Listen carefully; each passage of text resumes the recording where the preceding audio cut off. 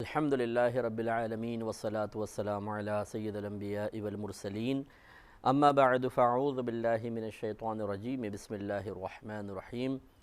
الحمدللہ الہادی پروگرام میں آپ کو معلوم ہے کہ ہم کسی ایک موضوع کا انتخاب کرنے کے بعد اس سے متعلقہ آیات پر تفصیلی اور بعض اوقات مختصراً کلام کرتے ہیں۔ ابھی جو ہمارا موضوع چل رہا تھا وہ عورتوں کی عدت کے بارے میں تھا، اور میں اس کی بڑی تفصیل کئی دفعہ ذکر کر چکا ہوں، کیونکہ بارہا ہم نے آپ یہ دیکھتے ہی ہیں اور آپ خود بھی محسوس کر سکتے ہیں، میں صراحتاً بھی عرض کرتا رہتا ہوں کہ ہمارے پروگرامز کا مقصد، خصوصاً جو میں پروگرام کرتا ہوں، وقت گزاری نہیں ہوتا، بلکہ میں کوشش یہ کرتا ہوں کہ جو ہمارے سامنے بیٹھیں انہیں بہت سی معلومات حاصل ہوں، ان کی معلومات میں اضافہ ہوں۔ پھر چونکہ میں ایک مدرس ہوں، ایک ٹیچر ہوں، اور عرصہ دراز سے میں ٹیچنگ کے شعبے سے وابستہ ہوں، تو میں یہ بھی جانتا ہوں کہ ایک طالب علم فوری طور پر ایک ہی دفعہ میں ایک بات کو مکمل طور پہ نہیں سمجھ پاتا۔ ہاں، یہ ہوتا ہے کہ بہت ذہین بھی ہوتے ہیں، وہ بہت جلدی سمجھ جاتے ہیں، لیکن ہر طرح کے طالب علم کلاس میں ہوتے ہیں تو پھر سب کی رعایت کر کے چلنا ہوتا ہے۔ اس لیے پھر ہم یہ کوشش کرتے ہیں کہ چونکہ ہم ایک پروگرام نہیں کر رہے، صحیح بات ہے، میں تو اس کو ایک کلاس سمجھتا ہوں، اور جتنے ہمیں دیکھ رہے ہیں میں ان سب کو اپنا ایک اسٹوڈنٹ تصور کرتا ہوں، اور میں بھی ایک طالب علم ہوں۔ بس یہ کہہ لیں کہ آپ بھی طالب علم ہیں، میں بھی ہوں، بس یہ ہے کہ میں نے تھوڑا سا اپنے استادوں سے جو سیکھا ہے وہ میں آپ کی خدمت میں پیش کر رہا ہوں ایک طالب علم کی حیثیت سے۔ آپ مجھے ایک ٹیچر کی حیثیت دیں، ایک استاد کی حیثیت دیں، تو یہ آپ کی ذرا نوازی ہے۔ تو پھر اس میں میری کوشش یہ ہوتی ہے کہ میں ایک بات کو 2-3 دفعہ ذرا ریپیٹ کر دوں، تاکہ ہمارے بھائی بہن جو بہت عرصے پہلے وہ اسکول چھوڑ چکے ہیں، کالج چھوڑ چکے ہیں، اور مطلب اب تعلیمی شعبے سے ان کا تعلق اس حیثیت سے بھی نہیں رہا کہ وہ تسلسل سے کوئی علم سیکھ رہے ہوں، تو پھر یہ قانون قدرت ہے کہ جب انسان اپنے کسی عضو کو استعمال کرنا چھوڑ دیتا ہے تو اللہ تبارک و تعالیٰ اس سے بہت سی صلاحیتیں سلب فرما لیتا ہے۔ مثال کے طور پہ کوئی محنت کرنا چھوڑ دے تو اس کے اعضاء ڈھیلے ہو جائیں گے، وہ زیادہ طاقت کا کام نہیں کر سکے گا، زیادہ وزن نہیں اٹھا سکے گا۔ اسی طریقے سے اگر کوئی دماغی کام کرنا چھوڑ دیتا ہے، چیزیں یاد کرنا چھوڑ دے، مطالعات ترک کر دے، تو اس کا ذہن کمزور ہو جاتا ہے، اور پھر وہ چیزیں نہ تو یاد رکھ سکتا ہے، نہ فوری طور پہ اس کو سمجھ میں آتی ہیں۔ تو اس لیے کوشش ہماری یہ ہوتی ہے کہ جو ہمارے سامنے بیٹھیں ایسا نہ ہو کہ وہ علم کی طلب تو رکھتے ہوں، تڑپ رکھتے ہوں، لیکن جب سیکھنے پر آئیں تو ذہن کام نہ کرے اور وہ سوچیں کہ ہم تو کچھ نہیں سیکھ سکتے، پیچھے ہٹ جائیں۔ اس لیے تھوڑی سی ہم تفصیل آپ کی خدمت میں عرض کرتے ہیں۔ تو میں نے بیواؤں کا بیوہ کا مسئلہ آپ کو بتایا تھا کہ بیوہ کی بھی ایک عدت ہوتی ہے، اور اب قرآن عظیم جو ہم آیت آپ کی خدمت میں عرض کر رہے ہیں یہ انہی بیواؤں کی عدت کے بارے میں ہے، اور انشاءاللہ میں آپ کی خدمت میں بھی پیش کرتا ہوں۔ اور یہ جو ہے یہ سورہ بقرہ کے اندر اللہ تعالیٰ نے اکثر احکام بیان فرمائے ہیں، 240 نمبر آیت ہے جو انشاءاللہ آپ کی خدمت میں عرض کریں گے۔ لیکن اس سے پہلے میں تمہیدی طور پہ ایک بات آپ کی خدمت میں عرض کروں کہ قرآن کے بعض احکام ایسے ہیں جو پہلے اولاً نازل کیے گئے، لیکن پھر ایک اور حکم ایسا نازل کیا جس حکم نے پچھلے حکم کو منسوخ کر دیا۔ تو یہ اس لیے نہیں ہوتا، مطلب دوسرا حکم کا نزول اس لیے نہیں ہوتا کہ پہلا غلطی سے ذکر کر دیا، دوسرا اب ذکر کیا ہے، پہلا غلط تھا دوسرا صحیح تھا، کیونکہ اللہ تعالیٰ کے کلام میں اور اللہ تعالیٰ کے فیصلوں میں غلطی ہو ہی نہیں سکتی ہے، محال ہے۔ اور یوں بھی نہیں ہوتا کہ وہ جو پہلے والا حکم تھا وہ مطلب کسی غلطی کا نتیجہ تھا، ایسا بھی نہیں ہے، اس میں کوئی غلطی بھی نہیں ہوتی ہے، یعنی مکمل طور پہ غلط ہو ایسا بھی نہیں ہے۔ یوں بھی نہیں ہوتا کہ موقع محل کے اعتبار سے پہلے وہ کام کا تھا پھر کام کا نہ رہا، ایسا نہیں ہے۔ قرآن کے احکام قیامت تک ہوتے ہیں۔ اصل مسئلہ یہ ہوتا ہے کہ اللہ تبارک و تعالیٰ اس کے رسول کریم صلی اللہ علیہ وسلم کی جو عادت جاریہ ہم دیکھتے ہیں وہ یہ ہے کہ چونکہ عرب لوگ کافر تھے، اکثر ان میں وہ کفاری تھے، بہت سے ایسے تھے جو حضرت ابراہیم علیہ السلام کے دین پر عمل کر رہے تھے، دین حنیف پر تھے یا دین ابراہیمی پر تھے، لیکن اکثر جو تھے وہ اسی طرح بت پرستی وغیرہ میں یا دیگر چیزوں میں مشغول تھے، اور ان کے بھی اپنے کچھ قوانین تھے، ان کے اپنے کچھ قواعد اور ضوابط تھے، انہوں نے اپنے کچھ اصول وضع کیے ہوئے تھے، کچھ ان کی عادات و اطوار تھیں، کچھ ان کی برادری کی رسمیں تھیں جس پہ وہ بڑے اسٹرکٹلی عمل کرتے تھے۔ اب اگر ایک دم سخت حکم نازل کیے جاتے، پیچیدہ حکم نازل کیے جاتے، ان کی طبیعتوں کے ایک دم خلاف حکم نازل کر دیا جاتا تو یہ بہت مشکل تھا کہ ان کی طبیعتیں اس حکم کی سختی کو برداشت کر پاتی۔ نتیجہ نکلتا کہ وہ باغی ہو جاتے، بغاوت کرتے۔ جو داخل ہوئے تھے ان کی بغاوت کا اندیشہ، اور جو داخل نہیں ہوئے وہ سخت احکام سے ڈر کر قریب ہی نہ آتے۔ تو مزاج شریعت پھر یہی دیکھا گیا ہے کہ پہلے آسان احکام بیان کیے، جب لوگ اس کے عادی ہو گئے تو پھر دوسرا حکم نازل کیا، کیونکہ اب طبیعتیں سختی برداشت کرنے کی عادی ہو چکی تھیں تو پھر سخت حکم نازل کر دیا گیا۔ مثال کے طور پر جوئے کو ابتداً منع نہیں کیا گیا، بعد میں جوئے کی ممانعت نازل ہوئی۔ اسی طرح شراب لوگ پیتے رہے، ابتدائی اسلام میں اس کو منع نہیں کیا گیا، پہلے تو بس اس کی مذمت بیان کر دی گئی۔ پھر قرآن عظیم میں حکم آیا کہ جو حالت یعنی نشہ میں آپ نماز کے قریب نہ جائیں، اور پھر اس سخت حکم نازل ہوا کہ اجتنبو کا قول آیا کہ بس اب اس کو چھوڑ دو اور اس سے اجتناب کرو، اب سخت حکم آ گیا۔ اس لیے صحابہ کرام علیہم رضوان کہتے ہیں کہ جب یہ شراب کی ممانعت کا حکم نازل ہوا تو ہم نے مدینے کی گلیوں میں شراب کو اس طرح بہتے ہوئے دیکھا جیسے پانی بہتا ہے، یعنی جو گھروں میں جمع تھی لوگوں نے اس کو پھینک دیا گھروں سے باہر، حالانکہ وہ اس کو سرکہ بنا سکتے تھے۔ شراب میں اگر نمک ڈال دیا جائے تو وہ سرکہ بن جاتا ہے، اور عربوں کے پاس یہ ٹیکنیک موجود تھی کیونکہ وہ سرکہ یوز کرتے تھے۔ لیکن اللہ تبارک و تعالیٰ اور اس کے رسول کریم صلی اللہ علیہ وسلم کے احکام پر عمل پیرا ہونے کا اتنا جذبہ تھا، اتنا جوش تھا، اور وہ ان احکام پر عمل پیرا ہو کر اللہ تعالیٰ کی بارگاہ سے مقام قرب حاصل کرنے کے اتنے زیادہ متمنی تھے کہ انہوں نے اس شراب کو سرکے کے بجائے باہر بہانا بہتر محسوس فرمایا، تاکہ دوسرے بھی اس کو دیکھیں، انہیں بھی شراب کی سے دور ہونے کی ترغیب بھی حاصل ہو۔ کیونکہ عمل پیرا ہونے کے لحاظ سے لوگوں کی طبیعتیں مختلف ہوتی ہیں، بعض بہت سخت طبیعت کے ہوتے ہیں اور اپنے اوپر بہت اچھا ان کو سیلف کنٹرول حاصل ہوتا ہے، بعض ایسے ہوتے ہیں جو نرم طبیعت کے ہوتے ہیں اور وہ اتنے زیادہ اپنے ساتھ لڑ نہیں سکتے ہیں، جھگڑ نہیں سکتے ہیں، لیکن ان میں یہ صلاحیت ضرور ہوتی ہے کہ اگر وہ کسی کو پریکٹیکل کرتا ہوا دیکھیں، کسی کو گناہ سے بچتے دیکھیں، کسی کو عبادات پہ استقامت دیکھیں، تو ان کا نفس ایک بہتر اثر قبول کر کے ایک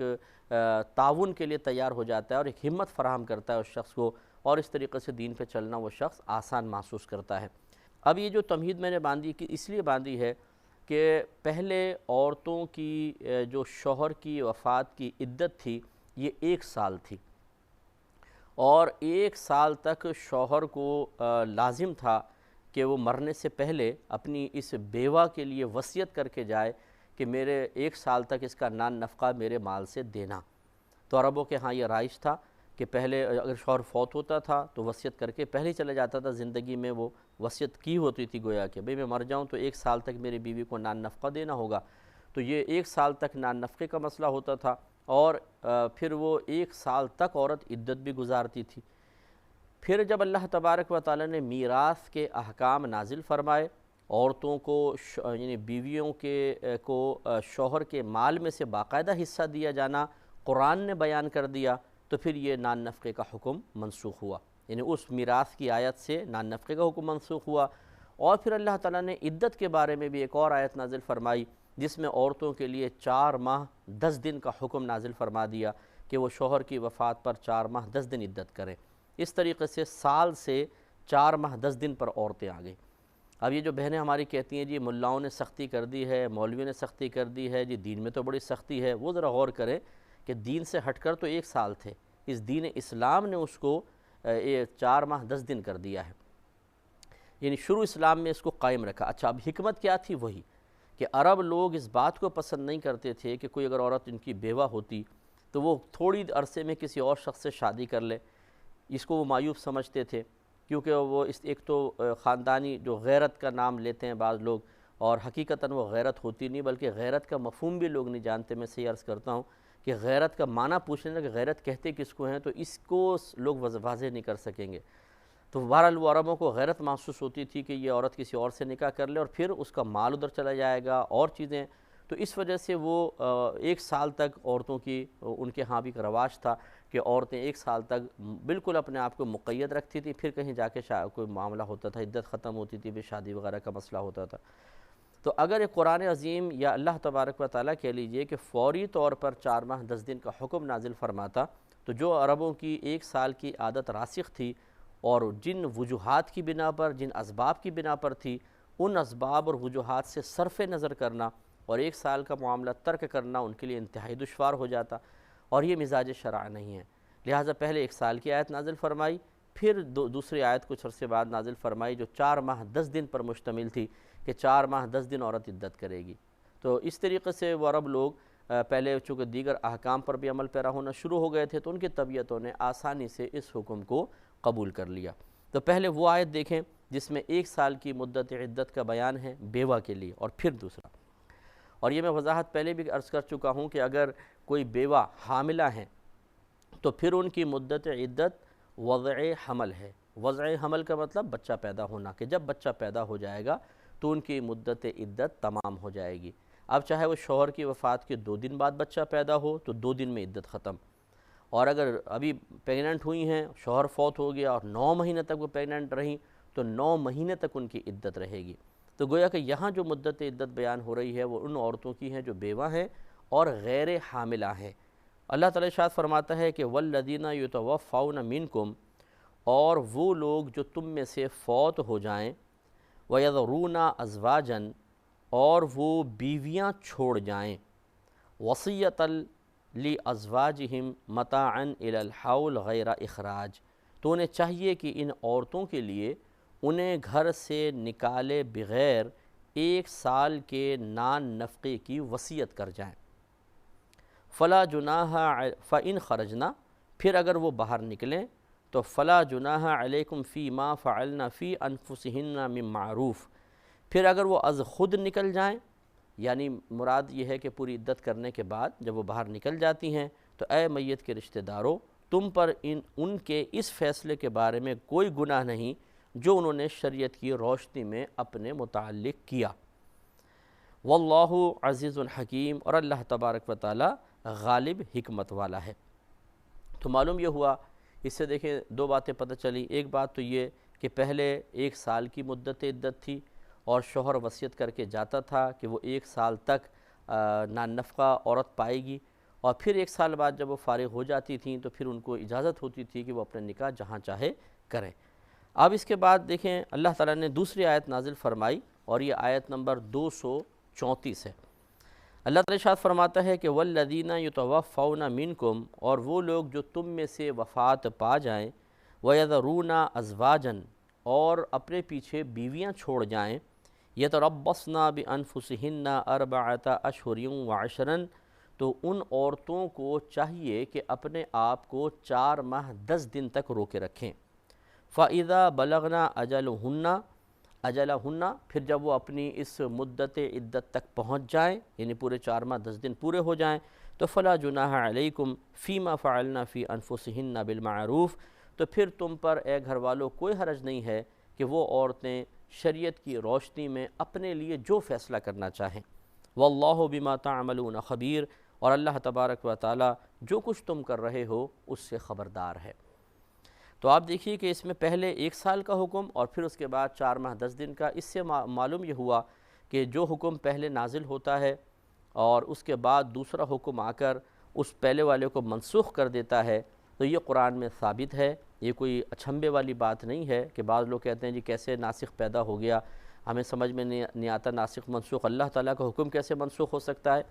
تو یہ ایک طرح سے بات اس لحاظ سے تو صحیح ہے کہ اللہ کے حکم کو کون منسوخ کر سکتا ہے؟ کوئی دوسرا تو کر نہیں سکتا، لیکن اگر خود اللہ تبارک و تعالیٰ کرے تو وہ اس کو تو کوئی روک نہیں سکتا، وہ قادر مطلق ہے۔ تو لہٰذا فقہاء نے بیان فرمایا کہ اصل میں جب دوسرا حکم نازل ہوتا ہے تو وہ پہلے والے حکم کی مدت بیان کرتا ہے کہ پہلے والے حکم کی مدت پوری ہو گئی، اب یہ نیا حکم نازل ہوا۔ تو جو حکم ہٹا دیا جاتا ہے اس کو منسوخ کہہ دیتے ہیں، اور جو بعد میں آتا ہے جو پہلے والے کو مٹانے کا سبب بن جاتا ہے یا اس کے اختتام کو ظاہر کرنے کا سبب بن جاتا ہے اس کو ناسخ کہتے ہیں۔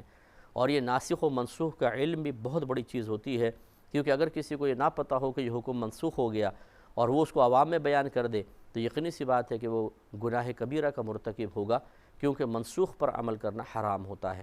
کیونکہ نیا حکم آ گیا ہے تو اس کا مطلب اگر آپ منسوخ پر عمل کریں گے تو آپ اللہ تعالیٰ کے دوسرے حکم کو فراموش کر رہے ہیں اور اس کو نظر انداز کر رہے ہیں، یا اس کو غلط قرار دے رہے ہیں۔ خلاصہ کلام یہ ہے کہ ناسخ پر عمل کرنا، منسوخ پر عمل کرنا حرام ہوتا ہے اور ناسخ کو اختیار کرنا لازم ہوتا ہے۔ تو اب یہ 4 ماہ 10 دن کا علماء کے اتفاق ہے اس پر، اور نبی کریم صلی اللہ علیہ وسلم کی حدیث میں باقاعدہ چیز موجود ہے۔ میں حدیث پیش کر دیتا ہوں جس سے یہ اندازہ ہوتا ہے، کیونکہ ابھی آپ دیکھیں نا، اب آیات کی ترتیب دیکھیں،